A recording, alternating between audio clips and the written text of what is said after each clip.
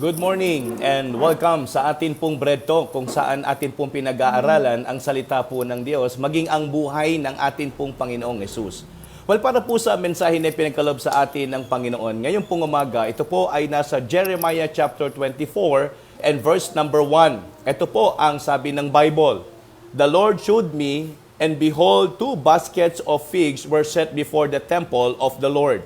After that, Nebuchadnezzar, king of Babylon, had carried away captive Jeconiah, the son of Jehoiakim, king of Judah, and the princes of Judah, with the carpenters and the smiths, and from Jerusalem, and had brought them to Babylon. Well, the title of our topic for this morning is The Good and the Bad Figs. Again, mga kapatid, the good and the bad figs. Ito po ang ginamit ng Diyos para ito pong si Prophet Jeremiah ay atasan ng Diyos na ipaalam sa kanyang piling bayan kung ano po ang kanilang magiging kahihinatnan. Inati po ng Diyos sa dalawa. Well, ang ibig sabihin po kasi nung good figs at saka yung bad figs, ito po ay nagre-represent sa bayan ng Panginoon kung paano po sila nahahati. Kaya nga kung titignan po natin, one basket had very good figs, the other basket had very bad figs. Jeremiah noted that the 2 baskets of figs were not the same. One had very good figs, and the other had figs that were far past good.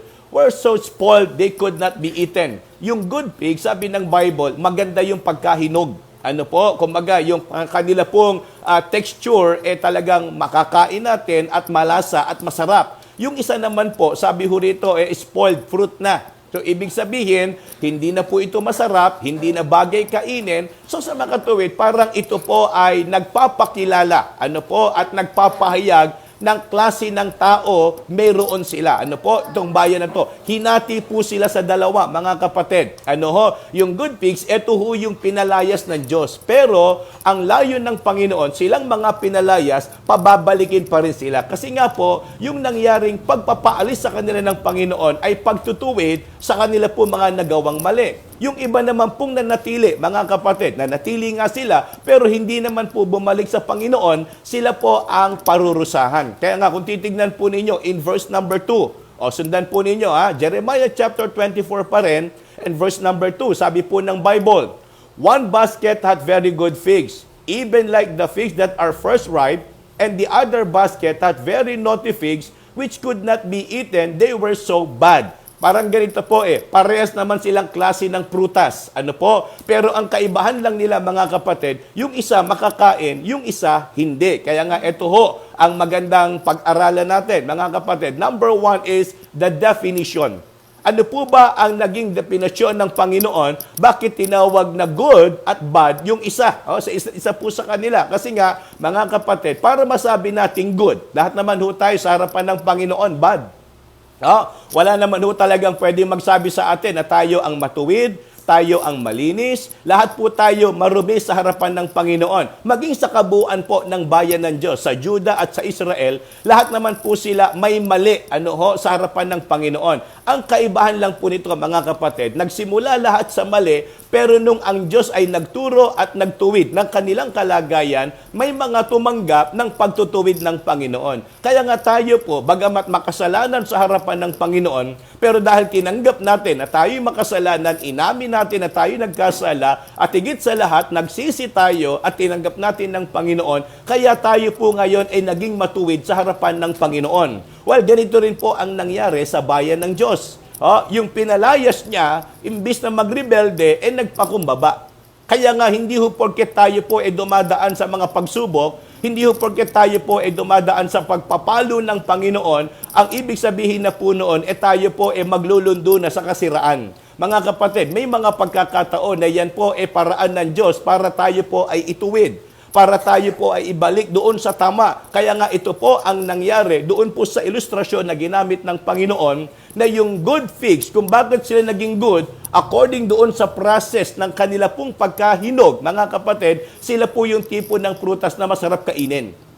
Bagamat nagsimula sa mapakla, nagsimula sa hindi masarap, pero ang kinalunduan, mga kapatid, naging matamis na bunga.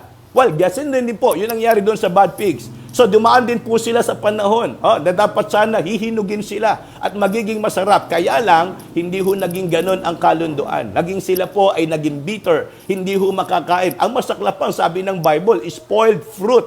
So ibig sabihin, sira, bulok. So ibig sabihin mga kapatid, kung tayo rin pala ay hindi tatanggap ng pagtuturo ng Panginoon at pagtutuwid ng Diyos sa ating mga buhay, ganito rin ang mangyayari. Nag-e-exist tayo, pero ang loob ng ating buhay ay bulok.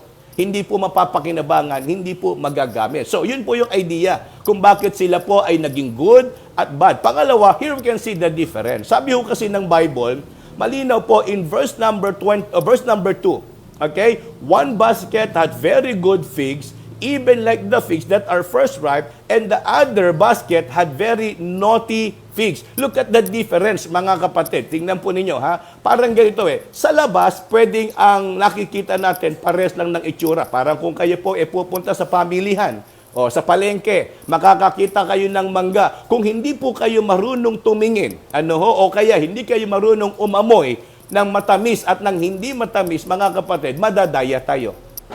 So, ganun din po. Kung titignan natin, yung ibang bayan, sabi ng Bible, yung lahi ng Diyos, yung iba na exile, di ba? Pinaalis sila, pero ang sabi ng Panginoon sa kanila, pababalikin din sila after na sila po ay maituwid, after na sila po ay matuto. Pero ito pong naiwan, na bayan ng Diyos na hindi po nagpakumbaba, ang sabi ng Biblia, sila po ay parurusahan, sila po yung mawawasak. Kaya nga tignan po ninyo mga kapatid, ano ba talaga ang plano ng Diyos o disenyo ng Diyos sa buhay po nating lahat? Kung talagang pag-aaralan natin ng Biblia, malinaw po na sinasabi ng salita ng Panginoon na meron siyang magandang plano, hindi lang ho sa simula ng ating buhay bilang mananampalataya, kundi maging sa atin pong pagwawakas. Ang kalooban ng Diyos sa atin, magkaroon po tayo ng matagumpay na kawakasan. Ayaw ng Diyos na ang sino man po sa atin mapahamak. Ayaw ng Diyos na sino man po sa atin parang mukhang pinabayaan. Ang gusto ng Panginoon, bawat isa po sa atin tunay na talagang makaranas ng kabutihan at ng biyaya ng kalangitan. Kaya nga kung titignan ho natin, ito ho yung pagkakaiba nila. Parehas po sila na mayroong nagawang mali, parehas po sila na sila po ay mananagot sa harapan ng Panginoon, pero ang kaibahan nila, yung isa sisirain at yung isa pababalikin. Kaya nga alam niyo mga kapatid, sa gawain din po ng Diyos, naniniwala ako, ang Diyos po ay hindi bias. Ang Diyos po ay walang pinipili, no respecter of person. Kasi ito ang tignan natin kahit sabihin pa natin tayo po ay mayroong kakayanan at nakakahigit tayo sa iba, ang Panginoon pa rin ang tinitignan, hindi ho yung ating nagagawa Ang tinitignan yung ating mga puso. Pwedeng maganda yung nagagawa natin sa paningin ng tao, pero sa harapan ng Diyos, nababasa niya ang dahilan ng kalooban natin nung ginagawa natin yung mga bagay na yon. Pwedeng yan po mapagkamalian ng iba. Ang tingin natin kasi nakaka-encourage, nakaka-bless, but deep within, sa laman ng puso, nung gumagawa, alam ng Diyos yun. So kaya kahit sila po hindi pinalayas at nandoon po sila sa lupa na kung saan yun yung pinangako ng Panginoon, kung hindi naman ho sila nanunumbalik, kung hindi naman ho sila nagpapakumbaba, kung hindi naman ho sila sumusunod, mga kapatid, hindi pa rin ho sila matatawag na good figs. Sila pa rin po may consider na bad pigs. Kaya nga, tandaan ninyo mga kapatid, hindi ba nung ang Panginoon nangaral para maintindihan ng mga tao kung paano magpatawad, kung paano tanggapin ng Diyos ang tao, ginamit niya yung prodigal son, yung parable ng prodigal son. Okay? Pakinggan po ninyo. Hindi ba yung prodigal son, sa lahat, sa lahat na nakakaintindi, napakasama niya? Bakit nga naman? Imaginein po ninyo, paano hindi siya sasama buhay pa yung kanyang tatay, kinuha niya na yung kanyang mana. So parang tayo, mga Pilipino tayo, alam naman natin na para bang sa kaisipan natin at sa kulturang meron tayo, parang ang sagwa naman nun, buhay pa yung mga magulang mo, inaangkin mo na yung ari-arian. Buhay pa yung magulang mo, parang gano'n na kagad. Alam niyo ho, nung ako'y nanood ng balita, yung pinatay doon, ito po hindi po ito absolute truth. Akin lang pong opinion to. Napanood ko lang, ayon ho doon sa istorya ng balita, yung pinatay na lalaki at babae, doon po sa may Victory Liner, according po doon sa news, parang ang mastermind yung anak ewan ko po mga kapatid, sabi ko nga ho sa inyo, napanood ko lang ito sa news, so parang ang dating kasi, imagine po niyo, bakit pinatay yon? ang issue rin pala po niyan tungkol sa lupain, sa ari-arian, sa pera. Parang yung prodigal son, buhay pa yung tatay niya, kinuha niya na kagad yung kanyang mana. At eto pa, matapos niyang makuha yung pera na parte niya sa kanya pong mamanahin, nagpakalayo-layo at in-enjoy yung kanyang kayamanan. So ano ibig sabihin? Ang tingin ng lahat ng tao dyan, ang tingin na marami dyan, masama yun. Opo, talaga namang masama yun. Ang pangit-pangit na buhay pa, inaangkin mo na. So, ganun ho yung nangyari dun sa prodigal son. Pero eto ho, hindi ho dun natatapos ang istorya Bumalik yung prodigal son, to cut the long story short, naubos yung pera niya, nalungkot siya, na-realize niya, mali yung kanyang ginawa. Sa una, mali itong prodigal son. Bakit? Kasi nga, hindi ho tama yung ganun kunin mo yung mana mo, tapos magpapakalayo ka, iniwan mo yung magulang mo, buhay pa. So, mali ho yun. Pero, ang sabi ng Biblia, matapos ang lahat, bumalik siya. Ito naman po, yung kapatid ng prodigal son. Kasama siya nung tatay, nagtatrabaho, pero nung bumalik yung kapatid, mga kapatid, ito ang malungkot. Imbis na matuwa, nagalit. Hindi lang siya nagalit doon sa kapatid niya na alibugha, kundi nagalit din siya maging sa tatay niya. Bakit ganon? Unfair. Mga kapatid, paalala ko, hindi ho unfair ang Diyos. Ang dahilan lang po nun ay pag-ibig na minsan hindi natin naiintindihan. Bakit kailangan patawarin itong masama na ito? Bakit kailangan patawarin itong kriminal na ito? Bakit kailangan patawarin itong mga taong, di ba, nagkakasala sa harapan ng Panginoon? Damdamin ho ng tao yung ganyang reaksyon. Iba po ang damdamin ng Diyos. Bago ho natin tignan yung iba, salaminin muna natin ang sarili natin. Paano ba tayo inibig ng Diyos? Talaga bang tayo po kaibig-ibig? Talagang tayo po talagang malinis at matuwid sa harapan ng Panginoon? Sabi ho ng Bible, lahat tayo marumi. Hindi ho tayo kanais-nais sa paningin ng Panginoon. But still, anong sabi ng Bible? Romans 5:8, di ba? Minahal pa rin tayo ng Diyos kahit tayo po ay makasalanan. So anong nangyari doon sa kapatid ng prodigal son? Nagalit. Siya po ang nandoon sa piling ng ama, siya po yung kasama. Kaya hindi ho porket tayo po nasa maayos na kalagayan, tayo na yung tama sa harapan ng Panginoon.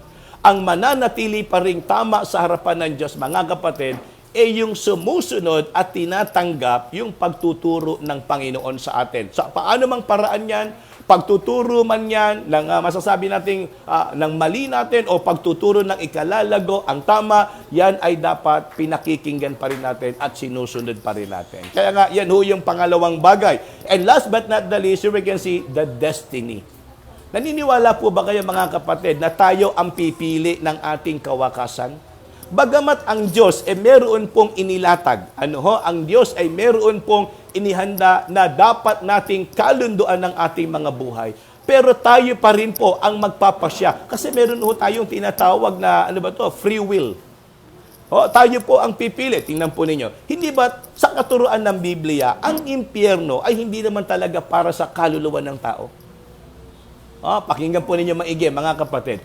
Ang impyerno ay dinisenyo para kay Satanas at sa mga tagasunod niyang anghel. Pakinggan niyo maigi, mga kapatid. Kung bakit merong impyerno, yan po ay para sa mga susunod kay Satanas.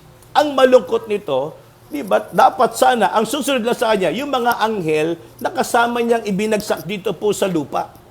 Pero ang sabi ho ng Bible, men loveth darkness rather than light. Mas gusto ng tao ang sumunod sa kadiliman kaysa sa kaliwanagan. Anong ibig ko pong sabihin, mga kapatid? Kaya may mapapahamak, mas pinipili at ginugusto ng tao ang kadiliman, ang kasamaan kaysa sa katuwiran at kaliwanagan. Kaya hindi ho ganun Hindi ho dinisenyo ng Diyos ang impyerno para sa atin. Dinisenyo ng Diyos ang impyerno para kay Satanas. But sad to say, marami mga kaluluwa doon mapupunta. Bakit? Sapagkat mas pinili nila ang kadiliman kesa sa kaliwanagan. Kaya ano sabi ho ng Bible? Hindi ba't ang Biblia ay, sabi nga ang Diyos ang humanap sa atin, hindi ang tao ang humanap sa Diyos. For the Son of Man is come to seek and to save that which was lost. Ang Diyos ang humanap sa atin. Kaya nga purihin ng Diyos sapagkat nasumpungan tayo ng Diyos. Dahil kung hindi, marahil tayo po kabilang din sa mga pupunta sa impyerno. Yan po ang sinasabi ng Bible. At tignan po ninyo mga kapatid, from these verses, Sabi ho ng verses 6 to 10. Pakinggan po ninyo. Babasahin ko po. Ito ho yung naging kahinatnan ng kanilang buhay. Sabi ho ng verses 6 to 10. For I will set mine eyes upon them for good. Ito ho yung good figs. Pakinggan nyo mga kapatid. I will bring them again to this land. And I will build them and not pull them down. And I will plant them and not pluck them up. Okay. Ito po ay naging destiny, fortune ng good figs. Kaya kung pipiliin natin maging mabuti, matuwid at masunurin sa Panginoon, yung ending natin po at destiny natin, good din. Maganda rin. Pero kapag hindi ho tayo sumunod at pinili nating labanan ng kalooban ng Diyos, pakinggan natin kung ano ang mangyayari sa atin at kung anong kahinatnan ng ating mga buhay. Sabi ng verse number 7, I will give them an heart to know me that I am the Lord, and they shall be my people. And I will be their God, for they shall return unto me with their whole heart. Okay? Yan ay para sa mga good figs. Okay? Para sa mga mabubuti, yung tinanggap ang pagtutuwid ng Diyos. But, sabi ho ng Bible in verse number 8, and as the evil figs, which cannot be eaten, they are so evil. Surely thus saith the Lord, so I will give Zedekiah the king of Judah and his princess and the residue of Jerusalem that remain in this land, and them that dwell in the land of Egypt. I will deliver them to be removed into all the kingdoms of the earth for their hurt, to be a reproach, a proverb, a taunt, and a curse in all places whither I shall drive them, and I will send the sword, the famine, and the pestilence among them, till they be consumed from off the land that I gave unto them and to their fathers. Ayan. So yan ho ang kanilang kinalunduan. Again mga kapatid, hindi po unfair ang Diyos, wala po siyang respecter of person, maging sa atin, wala siyang pinipili, equal time, equal chance. Pare-pareso ang pribilehiyo binibigay sa atin ng Panginoon. We have 24 hours a day. Kung paano tayo pinauulan, pinahahangin, pinasisikat ang araw, pinakikita ang buwan at bituin, pare-pareso tayo mga kapatid. Lahat tayo'y nakikinabang sa kabutihan ng Panginoon. But the problem is, paano ho natin ginugusto at pinipili ang Diyos? Yan. Magmamatter po yan sa atin pong destiny. Kung atin pong tatanggapin at kikilalanin siya bilang ating Panginoon, at ating pong tagapagligtas, mga kapatid, impyerno ang pupuntahan ng mga magre-reject dito. Pero langit naman ang patutunguhan ng mga tatanggap dito. Di ba't anong sabi ng Bible? I am the way, the truth, and the life. No man cometh unto the Father but by me. So anong ibig sabihin? Yung mga tatanggap sa Panginoon, papuntang langit. Yung i-reject ang Panginoon, papuntang impyerno. Kaya kung sino man ho sa atin, ang tumanggap sa Panginoon, mapalad kayo sapagkat kayo po ay patutungo sa kaharian ng Diyos. Pero yung mga taong binabaliwala ang Panginoon, binabaliwala yung katuruan at Biblia, mga kapatid, yan ho, patungong impyerno. Kaya nga sana mga kapatid, isipin natin ito.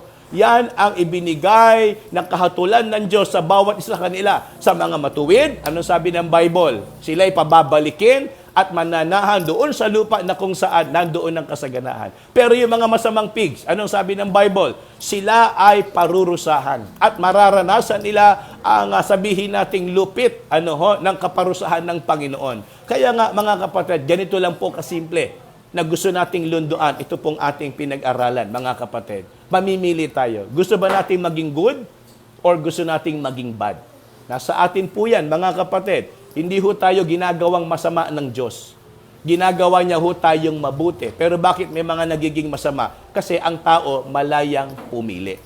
Tayo po ang magpapasya, tayo po ang hahanap kung paano natin makikita yung ating magiging kalulunduan. Kaya nga sa pagkakataong ito, mga kapatid, para po sa ating paglulundo, sabi po ng Psalm chapter 31, verse number 19, Oh, how great is thy goodness, which thou hast laid up for them that fear thee, which thou hast wrought for them that trust in thee before the sons of men. Tandaan po ninyo, ang Diyos natin ay napakabuti.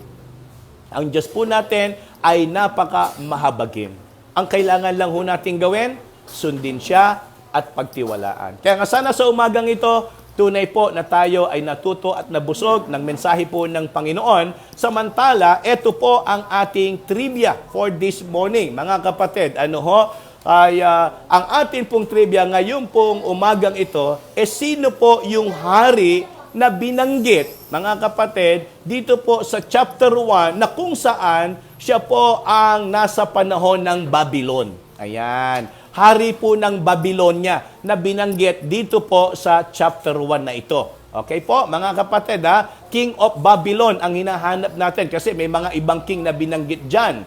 Alright, so yan po ang ating trivia for this morning. Sino yung King of Babylon na binanggit sa verse number 1? Ito naman po ang mga sumagot ng tama kahapon sa atin pong naging trivia. Ano ang ibig sabihin ng salitang burden sa atin pong naging pag-aaral?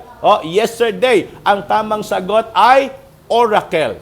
Yung iba po, dinagdagan oracle of God. So, burden of God po yan, pero ginawa niyong oracle of God, pwede rin po yun. Right answer pa rin. So, eto na po. Ihanda niyo na yung inyong mga kamay at atin silang palakpakan. Mga kapatid, kasama ko rito yung mga estudyante natin sa Saturday class. Mamaya, pakinggan nyo sila. Papalakpak ko sila. Papalakpak sila mamaya. Pagkatapos kong banggitin yung pangalan nung top 3 natin. Okay? Okay ba mga kids? Papalakpak kayo? Okay, so sige. Ang number 1 na sumagot ng tama. Ayan.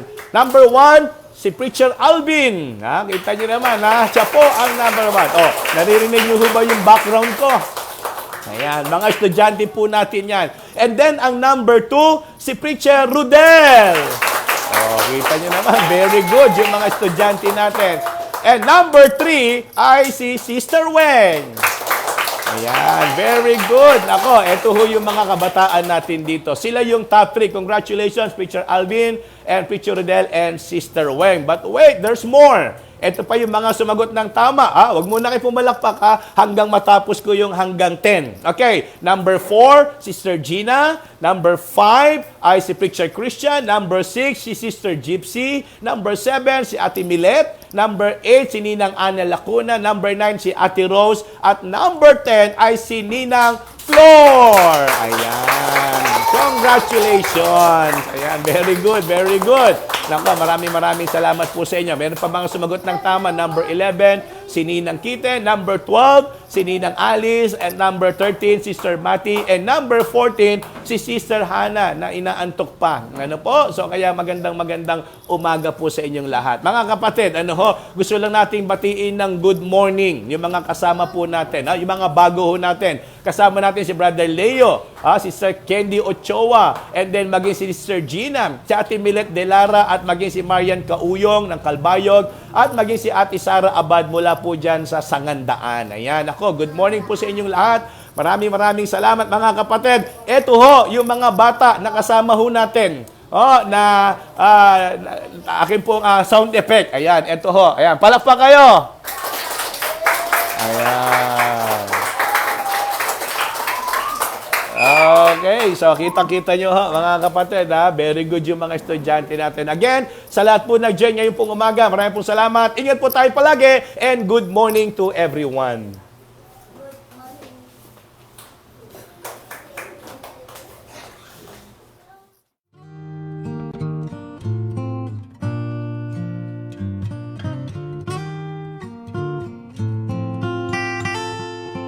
Father of lights, giver of gifts, there is no shadow in you. Author of life, fountain of grace, each morning your mercies are new. And you never change, and you never lie. Age to age you are the same. I will trust in you, all your faithfulness, for I know you never change. Father of love, source of all good, tower of strength and my shield. When you gave your Son for those who rebel,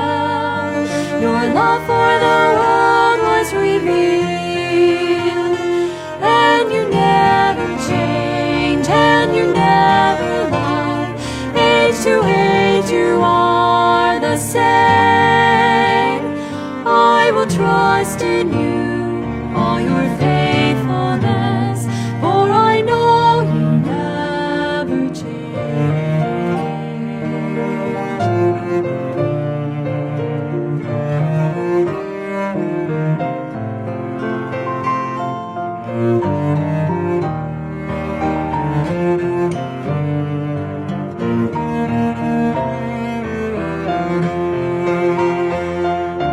Father of peace, help all the weak, though mountains fall into the sea.